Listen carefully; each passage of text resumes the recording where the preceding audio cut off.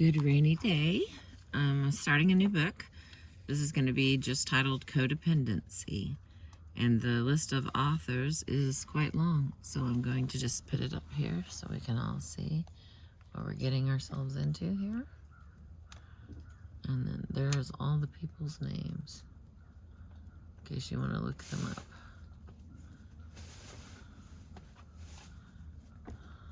And this is an ancient book, some ancient text from I think it was, this one, it was written in 84, but this was reprinted in 88 by Health Communications, Inc. Published by, Health Communications, Inc., 3201 Southwest 15th Street, Deerfield Beach, Florida, 33442. Okay, let's see. It's quite a little hodgepodge here. We got 12 chapters, and we got Codependency, the Therapeutic Void is chapter 1, which is where we're going to begin. I got us in some tangled up trees here because I thought that was what I think of as codependency. It's not like, these things are all dependent on each other. That may not be what this book is about, and I have not read it. So we'll be surprised at some old information together. Chapter 1, Codependency, the Therapeutic Void by Sharon Weigschneider Cruz. Until just a few years ago, codependency was unknown in the alcoholism field. Treatment centers dedicated to restoring the health and dignity of the alcoholic ignored the needs of families.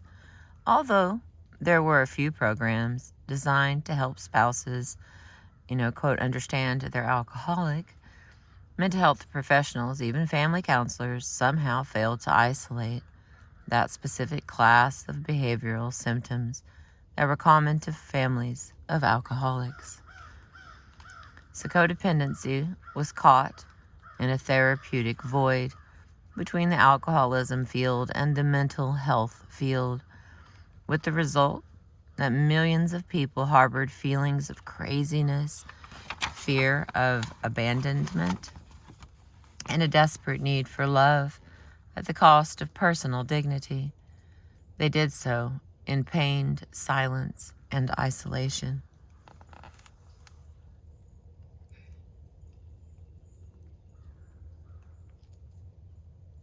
There we go.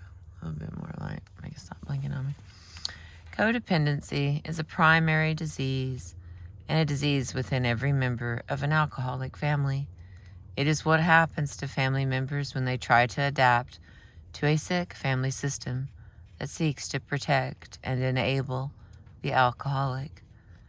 Each family member enters into the collusion in his own individual way. The spouse, for example, may learn controlling behavior by protecting the alcoholic from employers, the law, and friends, and extracting penance from him in the form of emotional subservience. This stimulates the alcoholic's feelings of low self-worth, which in turn tightens the control of the codependent. As that control progresses, the codependent becomes preoccupied with the alcoholic, upon whom she depends to feel needed. Children fare no better in an alcoholic family system. First, with their parents' example of intimacy and nurturance between adults, they grow up without the tools to establish joyful, healthy relationships. For them, love equals need equals control. And it is difficult, if not impossible, for adult children of alcoholics to surrender, to be vulnerable, and to accept that it is okay to be wanted as opposed to being needed. Second, as they grow into adulthood, children of alcoholics habituate behaviors which allowed them to function in their sick families, but which are self-destructive in the outside world. The successfully, compulsively achieving family hero, for example, was for example, was the rallying point around which the family staked its claim that it was a normal, healthy family. The hostile, rejecting scapegoat shunned the family and acted out his feelings in an attempt to get attention from a system that was already spread too thin. The lost child withdrew from the emotional chaos of family life in a seemingly benign way, but in fact learned a cope-through-avoidance style which is devastating to the adult in terms of experiencing the richness of life. The family mascot, whose function was to provide comic relief for the family, learned to mask his most urgent communications. Love me, want me, accept me, with humor. These behavioral types, these people, share at least two things. Number one, they are hiding fear, shame, and sadness. Number two, their rigidity precludes changing that. I believe that the vicious cycle of codependency can only be stopped through intervention and professional care, and that while codependency intervention is even more difficult than alcoholic intervention, it is absolutely necessary for a number of reasons. Number one, a vast number of adult children of alcoholics either become alcoholics themselves or they marry them, thus recreating the harmful family system from which they came. Number two, children of alcoholics are highly prone to learning disabilities, eating disorders, stress-related medical problems, and compulsive behaviors. Number three, a childhood in which control skills and the suppression of feelings are necessary for survival can and usually does lead to an emotionally and spiritually impoverished adulthood. We in the alcoholism field are not doing even half the job before us if we seek only to treat the alcoholic and return him or her to a codependent family system. Further, I would suggest that within a great many alcoholics lies an untreated codependent. And again, we have failed in our mandate if we arrest the alcoholism without recognizing the symptoms of codependency, which lead to the alcoholism to begin with. To fail in that is simply to create another dry drunk. Happily, our profession is on the cutting edge of making codependency a national issue, both on the social level and on the health level. On the social level, I am especially proud of the National Association for Children of Alcoholics, NACOA, which was formed by an interdisciplinary team of therapists, teachers, authors, and physicians who wish to serve as a network for codependents seeking support and help in their area, and who wish to see this country acknowledge its 28 million codependents. 28 million, okay, that's in like 1984. Yeah. All right. On the level of public health, some large corporations across the country have taken the lead in establishing employee assistance programs in which insurance benefits are extended to codependents. We have come a long way from our perception of the sick, suffering, deluded, resisting alcoholic, surrounded by his victimized family. There are many places where both can find separate but equal treatment for their specific needs, but we are far from finished in bringing codependency to a satisfactory level of public awareness. Continued success lies in education about the disease, its physical manifestations, its behavioral symptoms, and the role of the alcoholic in the recovery of the codependent. As J.L. Greenleaf says, as long as the codependent is expected to play a role in the recovery of the alcoholics, without the reverse being expected as well, the sicker-than-thou attitude on the part of the alcoholic may be perpetuated, which in turn perpetuates the other-centeredness that is so much a part of the disease of codependency. All right, we're going to continue on with Chapter 2. Co-alcoholic / para-alcoholic. Who's Who? This is by J.L. Greenleaf.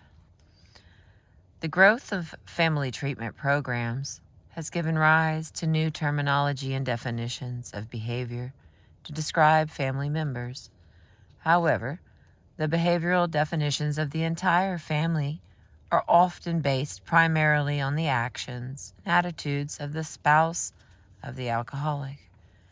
When the terms co-alcoholic and para-alcoholic are used interchangeably, that usage adds to the confusion about intra-family roles and their origins.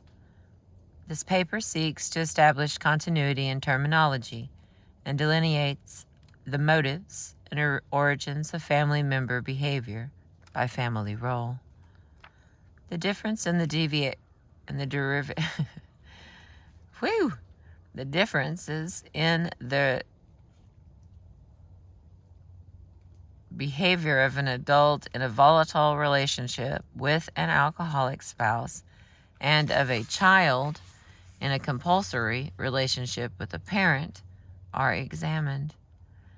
Delineations of the adaptive response behaviors of children are presented and compared.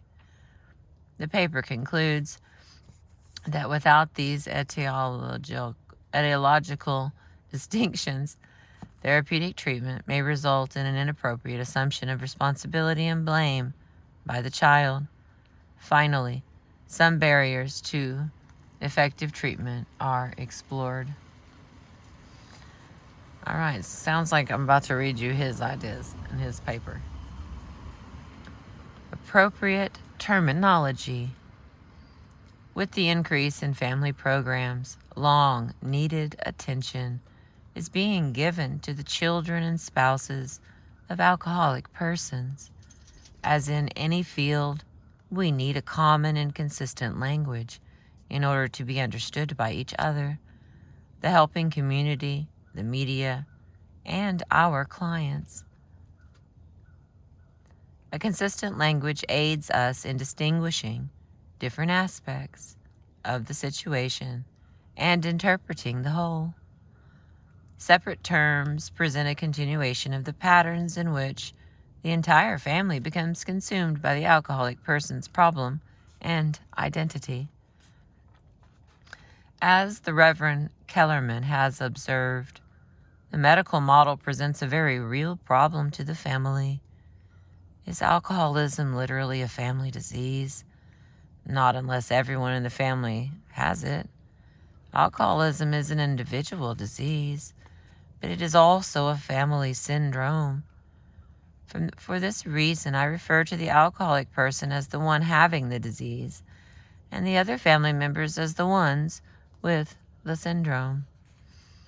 The prefix co means with or necessary for the functioning of. The adult who assists in maintaining the social and economic equilibrium of the alcoholic person is indeed co-alcoholic. These people take on responsibilities as the drinking escalates and the alcoholic person becomes increasingly impaired. For the family to continue to function with untreated alcoholism, it is necessary for someone to step in and assume the responsibilities abandoned by the alcoholic member. Because the assumptive behavior maintains both the family and the alcoholism, that behavior is co-alcoholic. All right, I mean, that sounds pretty reasonable. I'm not going to argue with him, because I kind of broke it down pretty simply. All right, the prefix para means like or resembling. The child who grows up in a family with the alcoholism syndrome learns behavior from both parents and therefore becomes para-alcoholic. I'm going to take a breath for a second. Whew. That children imitate their parents is, of course, not news to anyone. The child sees and imitates both parents, not just the non-drinker. Invariably, the child will be rewarded for imitating both parents. For example, the child observes that the self-centered, uncooperative, destructive behavior of the alcoholic parent garners what the child longs for: attention. At the same time, the child is pressured not to rock the boat, not to have needs or make demands. These paradoxical messages place the child in a no-win position, in which the imitation of both behaviors is sometimes rewarded and sometimes punished. These children have not lost their identities. They have never had the opportunity to form them. They become subject to situational reinforcement, also called people-pleasing. The paradox is carried out in their own behavior, which in some situations is alcoholic and in others is co-alcoholic. They themselves are neither. They are para-alcoholic. In order to adequately distinguish between co-alcoholism and para-alcoholism behaviors, let us start at the beginning and examine their etiological differences. Differential etiology. The most immediate differences between the spouse of an alcoholic person and the child of an alcoholic parent are volition and mobility. Children have neither the choice nor the mobility to enter into or exit from the parent-child relationship.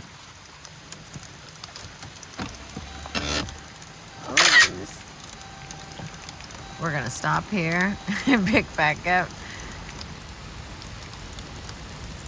Thank you for being with me. I appreciate you.